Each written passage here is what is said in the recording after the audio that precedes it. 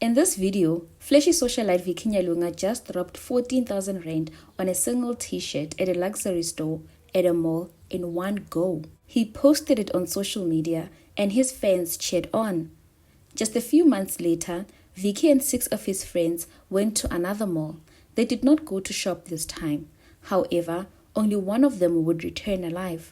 And by the time he returned, their friend Ayanda Nombebe was charged with 6 counts of murder for the deaths of Vicky Nyalunga and his entire crew.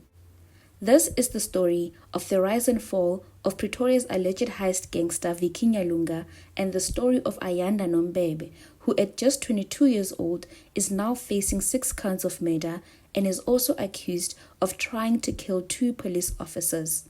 And unfortunately, or fortunately, the suspects, when they were traced here, police tried to stop them. They drove away from Atteridgeville up to the scene here in Laudium.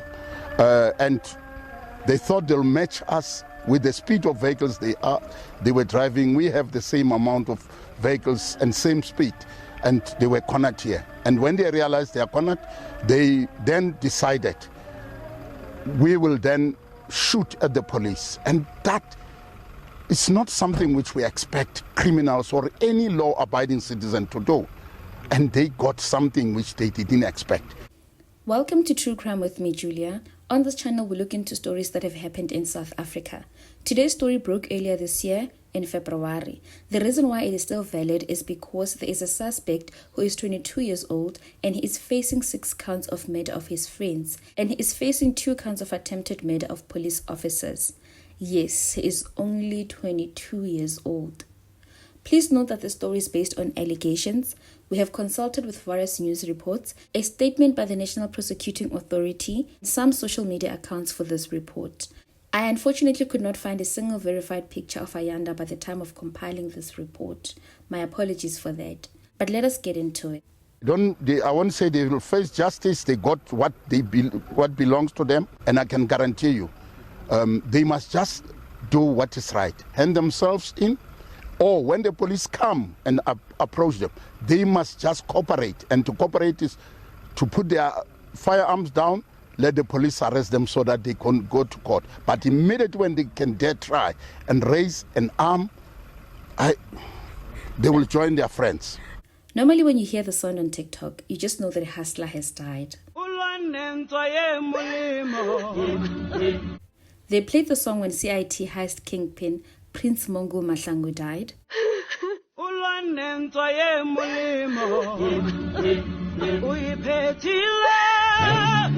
They played the song when Prince's good friend from Mamelodi Zoro, also known as the Mask or King Zoro, died.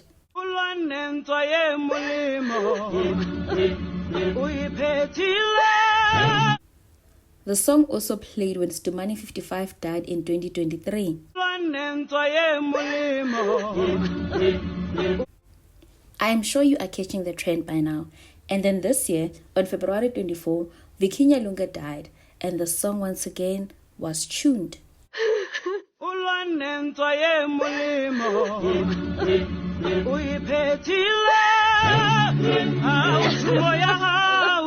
If you are not on TikTok, this can be quite confusing. So let me try to break it down a little bit. On TikTok, the Maguzumela or the Grootman culture is big.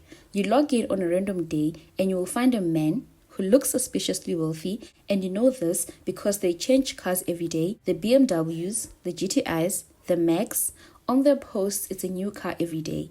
They party like rock stars. They wear Gucci bucket hats, LV belts, and they wear white Mushini t-shirts, and they go shopping every day in hard cash. Please remember that part. They do a lot of shopping, and their shopping is done in hard cash.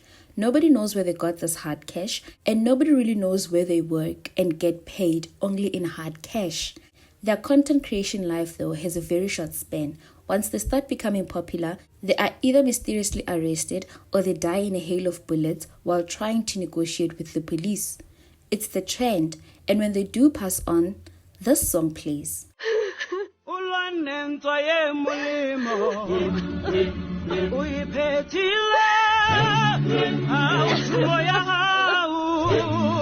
Now, there's also an inside joke on social media that Vicky looks like an innocent dad, a good husband, and a family man, a man who attends church at the ZCC church and is very respected in the community.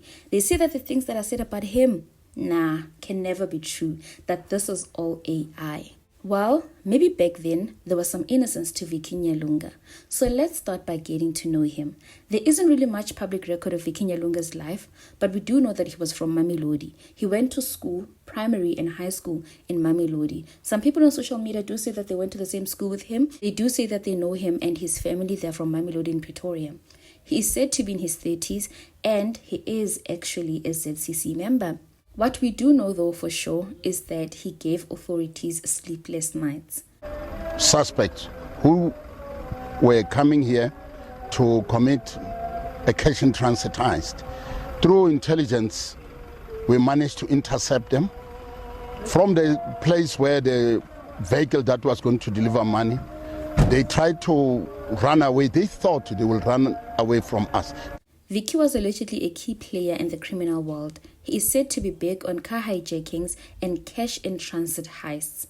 According to the police, Vicky operates in a very large syndicate. They rob cash vans in large groups of about 15 to 20 people. In December 2024, Vicky and his crew allegedly hijacked a BMW X1 in Cleveland in the Joburg suburbs. They also stole an Audi A4, which was reported at a police station in Clayville in Ekurhuleni before that. So what they do is that these cars, they would use them in their next crimes. On 15 February 2025, about 20 suspects ambushed a cash-in-transit van in Atteridgeville, Pretoria. According to the police, the van was spotted near the N4 off-ramp in Atteridgeville. The suspects allegedly forced the van to stop using a white Mercedes-Benz. They blew up the cash van and fled with an unknown amount of money. 4 security guards in the van were shot and they were injured and taken to a medical facility. The police launched a manhunt for the suspects. They did not make an arrest, but they believe that this was the works of Vicky Nyalunga and his crew. Unfortunately, these suspects, if I can relate, last week on Saturday, there was the same cash in transit robbery at the mall just here, also in Atteridgeville, the other mall, not the one where we found them. They robbed undisclosed amount of money from a cash van that was delivering, and they robbed a pistol from security who were delivering the money, and they shot at the 4 security people. That is already now, we link them with the 4 attempted murders, a cash in transit heist, a robbery of a firearm from last week. And from preliminary investigation now, already the one vehicle, the Audi that they were using, is confirmed hijacked during December at Cleveland. And the BMW, the X5 that is there, as you can see, forensics are still busy. We are immediately when they are done, we are also going to thoroughly check it, and our belief is that it's also robbed or stolen. After every successful job, Vicky used to spoil himself. In one of his TikTok videos, he was seen paying close to 15,000 rand at a go while buying a t-shirt.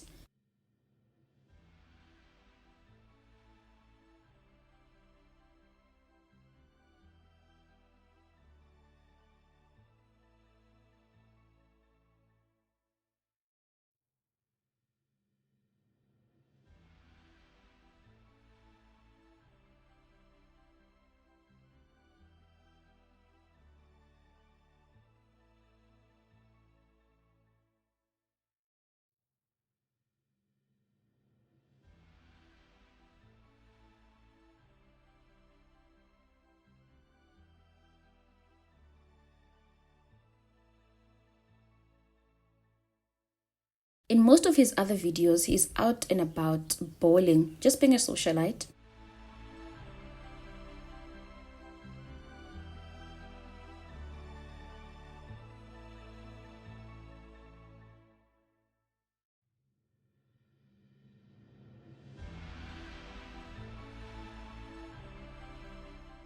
Nobody really asks where he gets his money, where he works, who is he, but the police were on his trail. On February 24, it started with a phone call. A tip off to the police about a CIT robbery at Atlan Mall in Atteridgeville just 2 weeks after the heist on the N4. Authorities were told that 2 vehicles would be used for this operation.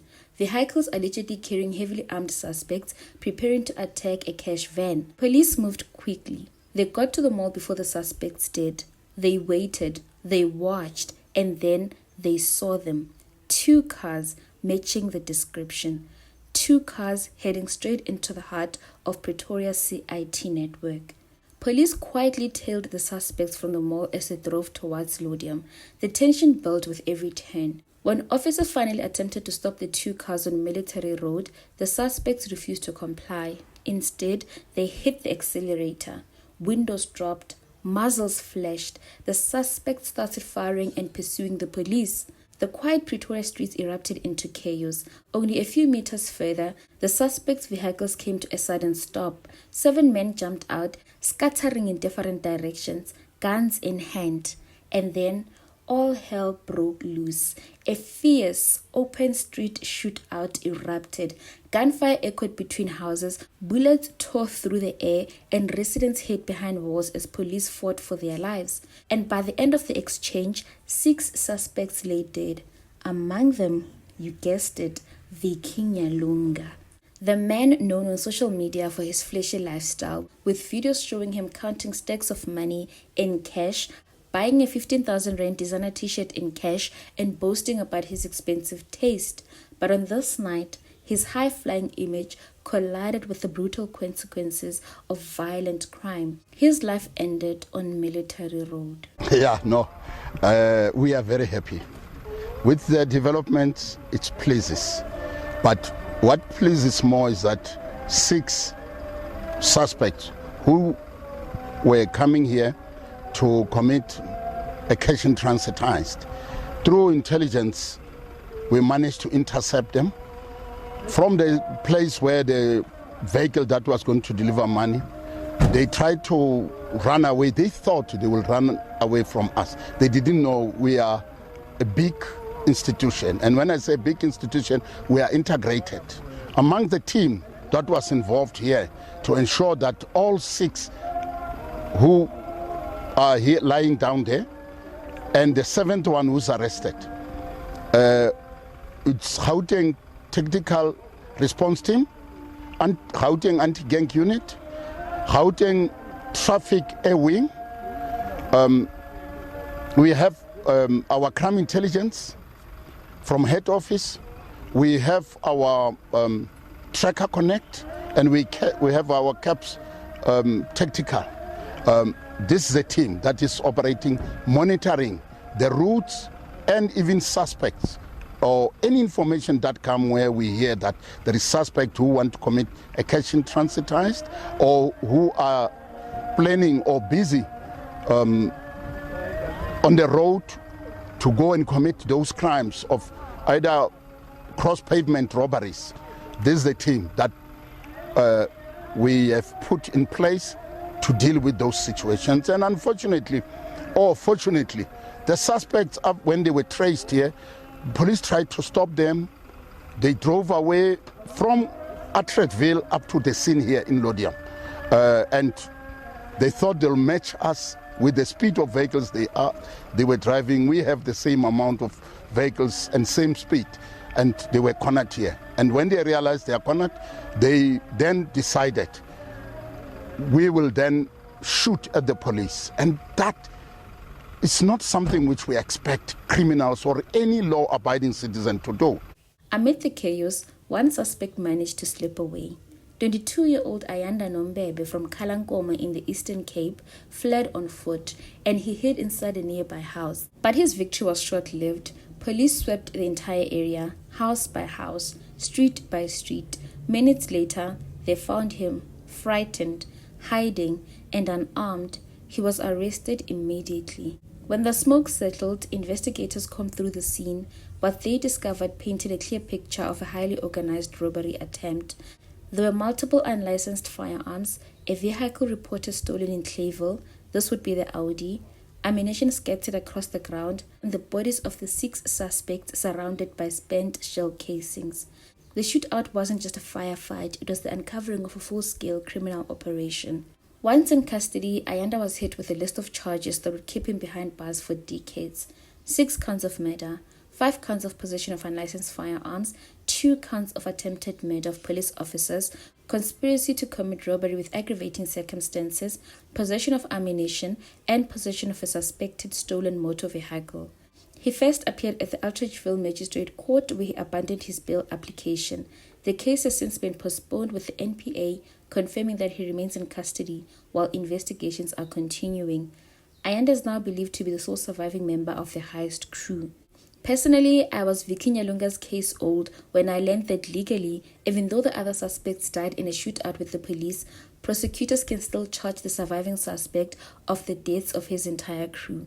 And the argument is basically that he was part of the common purpose or shared plan to commit the robbery, and his actions, fleeing, being armed, and being part of the same operation, tied him to their killing. This is a common doctrine in criminal law that if you share in a crime, you are liable for the foreseeable consequences. In simpler terms, prosecutors see him as jointly responsible for the robbery and its fallout, including the deaths, even if he didn't fire the fatal shots himself. And obviously, the charge of the attempted murder of the injured police officers during the shootout would also fall on him. But we are working on them. Dead as they are, we are going to charge them. I won't say they will face justice. They got what belongs to them, dead as they are, and others are still on the run because it's not only this suspect that were involved in this incident. Last week it was over 20 of them. Even here there were over 15, but we managed to eliminate 6 and 1 arrested and others managed to escape. But through intelligence we're following them. We will be able to trace them, and I can guarantee you they must just do what is right, hand themselves in, or when the police come and approach them, they must just cooperate. And to cooperate is to put their firearms down, let the police arrest them so that they can go to court. But immediately when they can dare try and raise an arm, It's also important to note that the police are not ruling out that there were about 15 suspects on the day, and some of them might have gotten away. 6 men are dead, 1 man faces a lifetime in prison, and a violent heist that could have ended with civilians or police officers killed was stopped before it even ended.